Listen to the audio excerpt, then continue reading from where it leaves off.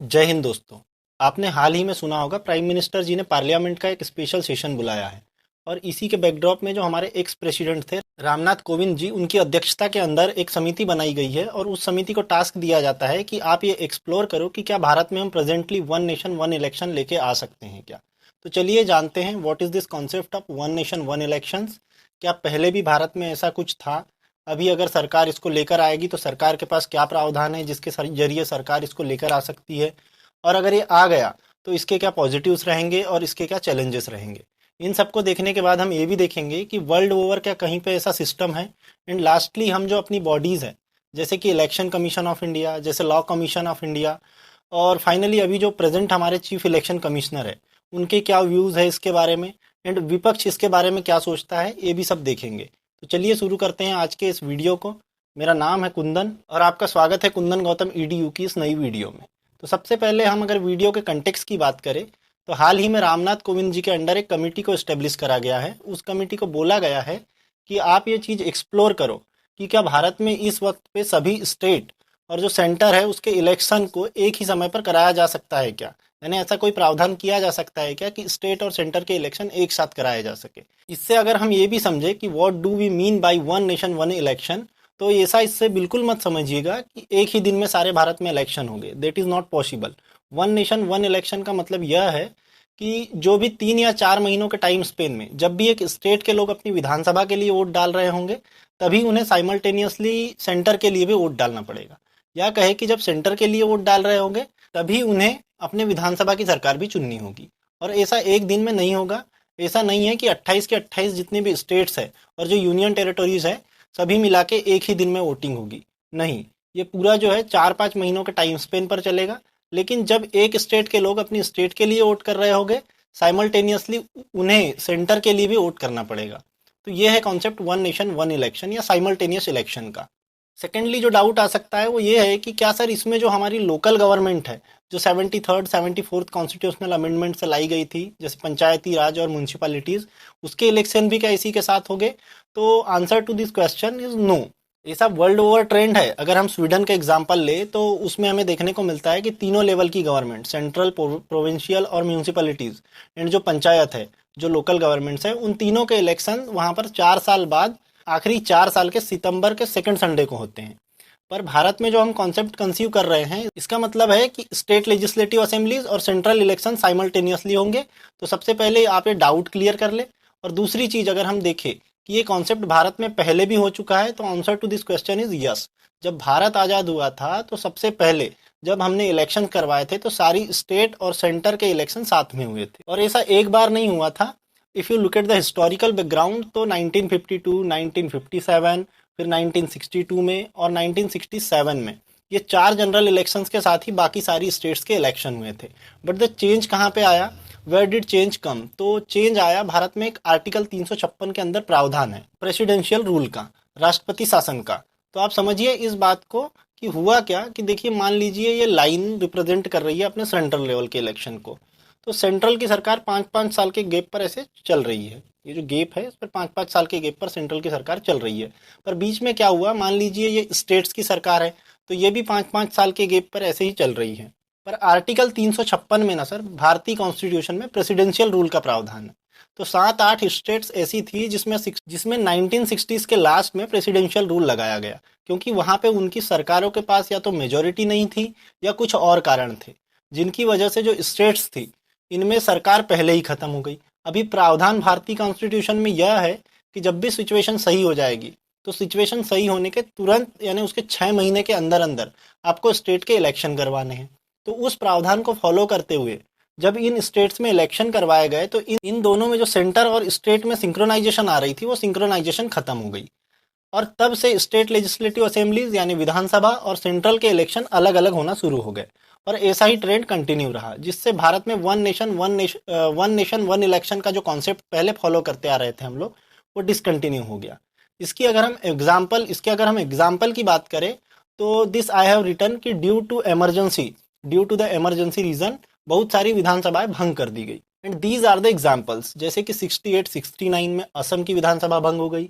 उसके बाद हरियाणा की 67-68 में भंग हो गई। उसके बाद अगला एग्जाम्पल केरला 67 से 64 तक भंग रही। उसके बाद we have example of Punjab 68 से 69 में इसको डिसॉल्व कर दिया गया। फिर UP 68 to 70 and then we have example of West Bengal, जहाँ पे 67 से 69 तक वेस्ट बंगाल सरकार को फिर से प्रेसिडेंशियल रूल लगाकर वहाँ की विधानसभा को भंग कर दिया गया था, यानी वहाँ इमरजेंसी थी। तो अभी इसके बाद जब इनकी सरकारें बनेगी इन सब स्टेट की, तो डू यू थिंक कि जो सेंटर की 67 में सरकार बन के आई थी, जो 72 में खत्म होनी थी, सेंट्रल सरकार मान लीजिए कि 67 में वहाँ इलेक्शन हुए थे और 72 में उसका 5 साल का टाइम पीरियड खत्म हो जाएगा और वो वापस चले जाएंगे। तो इनकी तो लेकिन बीच में ही डिसरप्ट हो गई थी जो स्टेट्स थी जहाँ प्रेसिडेंशियल रूल लगाया गया। इसके कारण क्या हुआ कि जो सिंक्रोनाइजेशन थी स्टेट और सेंट्रल में वो खत्म हो गई। तो क्या अभी हम लेके आएंगे, जैसे अगर हमने अभी वन नेशन वन इलेक्शन लाया तो फिर से सिंक्रोनाइजेशन की प्रॉब्लम नहीं आएगी क्या? तो वो कैसे हल करेंगे? यही चैलेंज है प्रेजेंट गवर्नमेंट के सामने और यही फिजिबिलिटी एक्सप्लोर करने जा रही है ये जो कमेटी बनाई गई है रामनाथ कोविंद जी के अंडर। चलिए अगर हम आगे देखें तो सबसे पहला क्वेश्चन आता है कि क्या गवर्नमेंट ऑफ इंडिया ये कर सकती है? तो आंसर टू दिस क्वेश्चन कि यस सर कर सकती है। सेकंड क्वेश्चन अगर हम देखें तो कैसे करेगी? कैसे करेगी इससे पहले हमें यह देखना पड़ेगा कि स्टेट्स का क्या टेन्योर चल रहा है। ठीक है, अगर वो कर सकती है, अगर कर सकती है, पर प्रॉब्लम कहाँ पे आएगी? प्रॉब्लम यहाँ पे आएगी कि जो जनरल इलेक्शन है, जो अभी लोकसभा के इलेक्शन है, अभी आने वाले नेक्स्ट ईयर में होने वाले हैं, but we have problem in some state. जो सिंक्रोनाइजेशन का प्रॉब्लम मैं कह रहा था उसका प्रैक्टिकल एग्जाम्पल ये है। हरियाणा और महाराष्ट्र में हम मान लेते हैं कि 2024 में ही उनकी सरकार बनने का टाइम आने वाला है, फिर से इलेक्शन आने वाले हैं। लेकिन हम अगर बिहार और दिल्ली की बात करें तो यहाँ पे तो सरकार 2025 तक रहेगी। उसके बाद अगर हम पंजाब, हिमाचल और गुजरात में देखें तो अभी अभी प्रीवियस ईयर 2022 में इलेक्शन हुए हैं यहाँ पे, और ये सरकार तो 2027 तक रहेगी। एंड फाइनली अगर हम राजस्थान एमपी की बात देखें तो इनकी सरकारें अभी 2023 के एंड में खत्म होने वाली है। तो क्या इन सब की सरकारों को वक्त से पहले हटाया जाएगा एंड इसकी सरकार का, जो एमपी की सरकार है इसका और राजस्थान की सरकार है, इनका टाइम एक्सटेंड किया जाएगा? That will be a big question in front of government of India. ठीक है जी। उसके बाद अगर हम देखें कि मान लीजिए ये सब सेटलमेंट हो भी गया, तो देन गवर्नमेंट ऑफ इंडिया को ये चेंज लाने के लिए एक संवैधानिक संशोधन करना पड़ेगा। It has to do a constitutional amendment, और उसके लिए अपने जो संविधान के आर्टिकल है 83, 85, 172, 173 एंड 356, इन पांचों आर्टिकल्स को अमेंड करना पड़ेगा, मतलब इनमें संशोधन करना पड़ेगा। ये जो ऊपर के दोनों आर्टिकल है 83, 85, ये सेंट्रल लेवल के ऊपर जो पार्लियामेंट है उसका टाइम पीरियड कितना रहेगा, यानी लोकसभा राज्यसभा का टाइम पीरियड कितना रहेगा, ये है। और ये डील करते हैं स्टेट लेजिस्लेटिव असेंबली का टाइम पीरियड कितना रहेगा, यानी कि राज्य विधानसभाओं का टाइम पीरियड कितना रहेगा, ये दोनों आर्टिकल डील करते हैं। तो इन सब में एक कॉन्स्टिट्यूशनल अमेंडमेंट लानी पड़ेगी। लेकिन आपको पता है कॉन्स्टिट्यूशन में या संविधान में संशोधन होता है किस आर्टिकल के अंदर? That is your article number 368। और 368 में जब भी कोई ऐसा प्रावधान आएगा जो फेडरल प्रोविजन से रिलेटेड होगा, फेडरल प्रोविजन मतलब जो सेंटर और स्टेट दोनों के साथ रिलेटेड होगा, या कहे कि किसी प्रावधान से केंद्र और राज्य दोनों सरकारें प्रभावित होती है, ऐसी स्थिति में सेंटर चेंज तो ला सकता है दोनों हाउसेस में स्पेशल मेजोरिटी से, लेकिन बाद में उसको हाफ ऑफ द स्टेट का रेटिफिकेशन भी चाहिए होगा। अगर अगर उस अमेंडमेंट के ऊपर हाफ ऑफ द स्टेट का रेटिफिकेशन आएगा तभी वो पास होगा। या आसान शब्दों में कहिए तो अगर आपने पार्लियामेंट से उसको पास भी करा लिया, दोनों हाउसेस थे, तो उस प्रस्ताव को अगर किसी राज्य से या स्टेट से रिलेटेड उसमें कोई प्रोविजन है तो उस प्रस्ताव को पास कराने के लिए आधे राज्यों की राज्य सरकारों की सहमति जरूरी होगी। So that will be a procedural change for government if they want to bring a one nation one election. उम्मीद करता हूँ ये बात आप समझ गए होंगे। अब अगर इसके आगे बात करें कि मान लीजिए गवर्नमेंट किसी न किसी तरीके से सक्सेसफुल हो जाती है और इस प्रस्ताव को पास करा लेती है, तो क्या पॉजिटिव होंगे इसके? सबसे पहले अगर बात करें तो वो भारत में इलेक्शन का जो मेला है वो लगा ही रहता है। हर 3-4 महीने 6 महीने में आपको खबर सुनने को मिलती है कि इस विधानसभा असेंबली के इलेक्शन हो रहे हैं, यहाँ पे इलेक्शन हो रहे हैं, वहाँ पे इलेक्शन हो रहे हैं। उससे प्रॉब्लम कहाँ पे आती है? प्रॉब्लम आती है कॉस्ट में। ठीक है, तो सबसे पहले जो इलेक्शन है उनमें एक्सपेंडिचर बहुत ज़्यादा लगता है, और जितने फ्रिक्वेंट इलेक्शन होंगे उतना फ्रिक्वेंट ज़्यादा एक्सपेंडिचर लगेगा। अगर आप 2019 के जनरल इलेक्शन की बात करो तो जो एक्सपेंडिचर था वो 60,000 करोड़ रुपीस था, जो ओवरऑल आया था एवरीथिंग इंक्लूड करके। This is a report from Hindustan times. उसके बाद अगर आप देखो तो वोटर टर्नआउट की जो प्रॉब्लम होती है वो सॉल्व हो जाएगी। वोटर टर्नआउट की प्रॉब्लम कैसे सॉल्व होगी? तो कहाँ आपने 2 या 3 बार वोटिंग करने जाना है, कहाँ बार बार परेशान होना है। भाई 5 साल में एक मौका आएगा मुझे अपनी पावर एक्सरसाइज करने का, and I will go and give my vote. तो एक साइकोलॉजिकल प्रेशर आपके ऊपर डेवलप करेगा, तो वोटर टर्नआउट भी उससे इंक्रीज होगा। थर्ड थिंग ये कि ये जो frequent MCC impact on government है, यानी एमसीसी का मतलब होता है मॉडल कोड ऑफ कंडक्ट या आदर्श आचार संहिता। आप सुनते हो ना, इलेक्शन से कुछ दिन पहले आचार संहिता लग जाती है। जब इलेक्शन से पहले एमसीसी लगता है, at that point of time जो सारे गवर्नेंस के कामकाज होते हैं वो ठप हो जाते हैं। अभी आप ये सोचो, जितनी फ्रिक्वेंटली इलेक्शन होंगे उतना ज़्यादा एमसीसी लगेगा। अगर इलेक्शन 5 साल में सारे देश में एक ही बार में हो रहे हैं, तो एमसीसी की जो इम्प्लीमेंटेशन का टाइम है वो 5 साल में एक बार ही आएगा। और जो गवर्नेंस है, it can run smoothly. So that is another positive of MCC. Model code of conduct की जो फ्रीक्वेंसी है वो रिड्यूस होगी। अगर हम आगे बात करें तो अगेन इलेक्शन एक्सपेंडिचर की बात आई, चुनाव खर्चों की बात आई, कि पॉलिटिशियंस है वो जो इलेक्शन एक्सपेंडिचर बार बार फ्री बी कल्चर्स या फ्री की घोषणा करना उसमें इन्वेस्ट करते हैं, उनको बार बार नहीं करना पड़ेगा। So all those thing could be stopped. अगला देखें तो election as a polarising event, जो इलेक्शन होता है वो ध्रुवीकरण जैसा माहौल पैदा कर देता है देश में। जब भी आप इलेक्शन में देखो तो सबसे ज़्यादा हेट स्पीच की प्रॉब्लम होती है, भड़काऊ भाषण दिए जाते हैं। हेट स्पीच से जो सोसाइटी में, समाज में जो सोशल डिसहार्मोनी फैलती है, ऐसी स्थिति इलेक्शन के समय ज़्यादा देखने को मिलती है। तो अगर इलेक्शन 5 साल की फ्रीक्वेंसी पे हो जाएंगे ना, तो इन इवेंट्स में भी कमी देखने को मिलेगी। ठीक है। उसके बाद अगर देखें तो the last point is that कि the politician will not remain behind the short term politics. Short term politics का मतलब ये होता है कि जो शॉर्ट टर्म पॉलिटिक्स है, शॉर्ट टर्म पॉलिटिक्स गेम मान लीजिए कि किसी स्टेट लेजिस्लेटिव असेंबली के इलेक्शन आ गए। उस इलेक्शन में वोट लेने के लिए उस सरकार ने कहा कि हम क्या करेंगे जी, हम फार्म लोन जो है, जो कृषि लोन है, उस फार्म लोन को माफ कर देंगे लोगों के लिए। अब हमको ऐसा लगेगा कि अच्छा कर रहे हैं, but they also have expected of vote, यानी उनकी उम्मीद है उस फ्रीबीज के बदले कि हम उनको वोट दे। बट ये overall in the long run economy के लिए बेनिफिट है कि नहीं, ये भी हमको देखना जरूरी होता है। तो ये जो इकोनॉमी के लिए है फ्रीबीज वाला कल्चर, या घोषणाएं करना चुनाव के पहले, या पैसे बांटना, या और अदर तरीके की एक्सरसाइजेस, ये लॉन्ग टर्म के लिए, इकोनॉमी के लिए बहुत हार्मफुल होता है। तो जो शॉर्टर पॉलिटिक्स गेम्स के लिए ओवरऑल जो लॉन्ग रन इंडियन इकोनॉमी का जो नुकसान कर रहे हैं, ये दैट इज़ नॉट एक्सेप्टेबल। और फ्रीक्वेंसी अगर इलेक्शन की 5 साल बाद हो गई तो इस तरह की जो असंवैधानिक गतिविधि है, इनकी जो इंटेंसिटी है वो रिड्यूस हो जाएगी। ठीक है, ये तो थी पॉजिटिव्स की बातें। अब अगर हम इसके चैलेंजेस या इसकी निगेटिव बातों की ओर बढ़े, तो सबसे पहला क्वेश्चन तो ये आता है कि सर मान लीजिए 5 साल का आप टाइम दे रहे हैं स्टेट लेजिस्लेटिव असेंबली और सेंट्रल लेजिस्लेटिव असेंबली की, या सेंट्रल में साथ में इलेक्शन हो गए, 5 साल तक दोनों ही चलना है। अभी मान लीजिए दोनों एक ही गाड़ी के टायर है, मान लीजिए एक टायर खराब हो जाता है, लेट से सेंट्रल गवर्नमेंट किसी ना किसी तरीके से मेजोरिटी हार गई या कुछ भी हो गया और वो हट गई 5 साल से पहले ही, तो क्या उस सिनेरियो में आप सारी की सारी जो स्टेट विधानसभा है उनको भी हटाओगे? That is going to be a big challenge. Second, अगर हम देखें तो मान लीजिए दूसरा टायर जो था, जिसमें राज्य विधानसभा या स्टेट लेजिस्लेटिव असेंबली है, उसमें से कोई लेजिस्लेटिव असेंबली हट गई, या उसमें प्रेसिडेंशियल रूल लग गया, या it is not working in according constitutional machinery, तो क्या आप फिर उस केस में जब आप प्रेसिडेंशियल रूल लेके आओगे, वो प्रेसिडेंशियल रूल तब तक कंटिन्यू रहेगा जब तक अगले इलेक्शन सारे देश में साथ में नहीं आते। So that is also going to become a big challenge to address. उसके बाद अगर हम बात करें तो देखिए इंडिया ना डेमोक्रेसी, यानी डेमोक्रेसी की अगर बात करें तो ये जो डेमोक्रेसी है ना सर, ये 2 शब्दों से बना है, डेमो एंड क्रेसी। डेमो का मतलब होता है लोग, जैसे आप बोलते हैं ना डेमोग्राफिक डिविडेंड, डेमोग्राफी, तो डेमो का मतलब होता है लोग, क्रेसी का मतलब होता है पावर टू रूल, कि किसके पास पावर टू रूल है। तो डेमोक्रेसी एक ऐसी चीज होती है जहां पे रूल करने की जो पावर है वो लोगों के पास होती है सर। ठीक है, तो अगर डेमोक्रेसी में लोगों के पास रूल करने की पावर होती है तो डेमोक्रेसी को हम पॉलिटिकल थ्योरी में ब्रॉडली 2 हिस्सों में बांटते हैं। एक होती है सब्सटांसिव डेमोक्रेसी, सब्सटांसिव डेमोक्रेसी, और दूसरी होती है सर प्रोसीजरल डेमोक्रेसी। पहली होती है सब्सटेंसिव डेमोक्रेसी और दूसरी होती है प्रोसीजरल डेमोक्रेसी।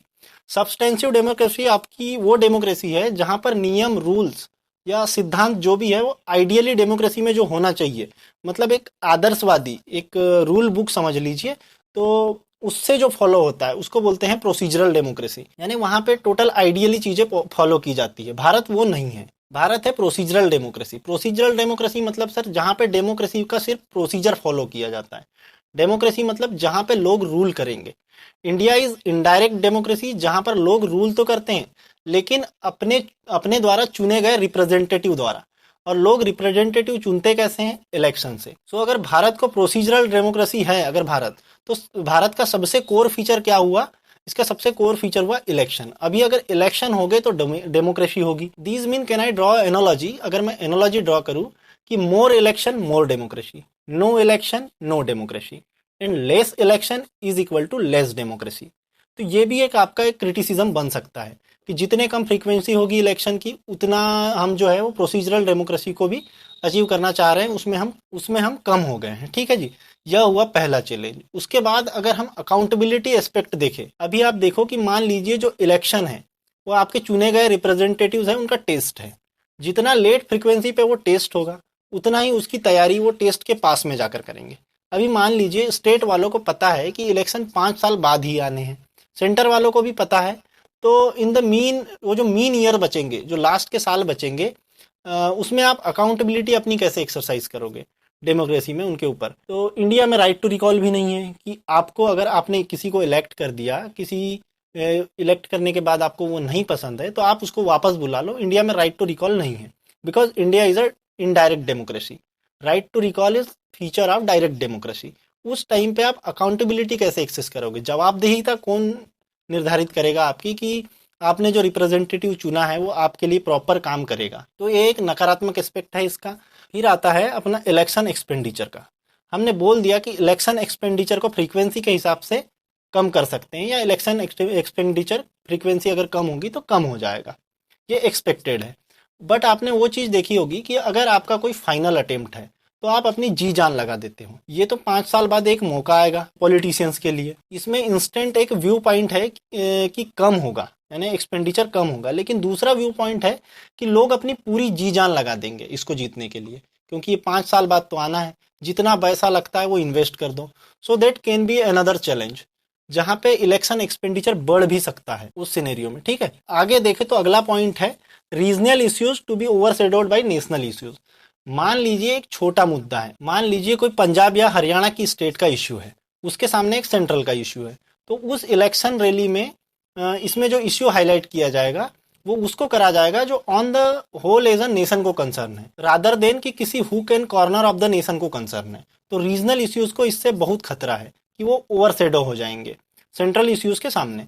लास्ट में अगर बात करें तो कंसेंसस बिल्डिंग में ये है कि जो रेटिफिकेशन चाहिए हाफ ऑफ द स्टेट का, जो हमने कॉन्स्टिट्यूशनल एस्पेक्ट डिस्कस करा था शुरू में, वो सरकार कैसे लेके आएगी। एंड फाइनली जो अपोजिशन है, हाल ही में अपोजिशन की मीटिंग हुई जिसमें उन्होंने कहा कि हम इसके खिलाफ हैं। तो उन अपोजिशंस का जो गठबंधन बन गया है उसके खिलाफ, उस केस में सरकार कंसेंसस कैसे लेके आएगी, that will be another challenge.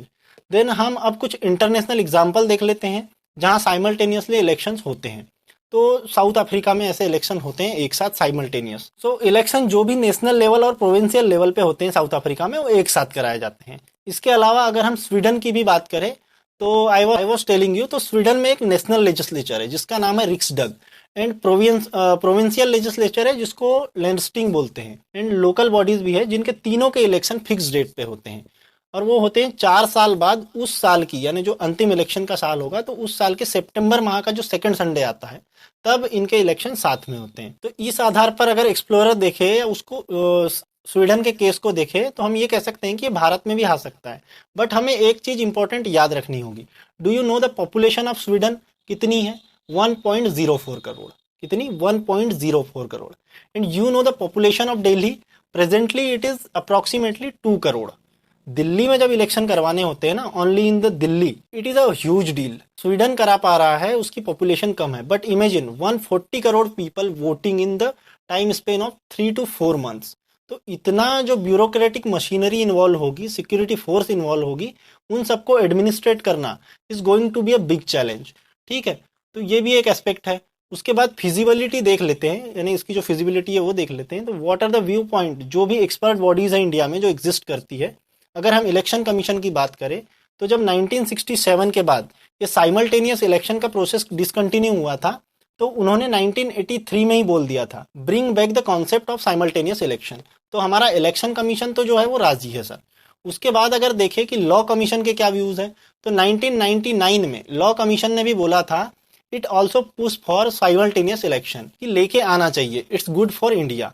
उसके बाद अगर नीति आयोग की रिपोर्ट देखें तो 2014 में जो प्रेजेंट गवर्नमेंट है, इसके मैनिफेस्टो में भी था we will bring back simultaneous election. इन्होंने नीति आयोग को टास्क दिया था 2016 में, जब नीति आयोग ने भी इस एस्पेक्ट को एक्सप्लोर किया तो नीति आयोग का भी यही मानना था कि जो रिपोर्ट का जो वर्किंग पेपर का एनालिसिस था, साइमल्टेनियस इलेक्शन आर फिजिबल।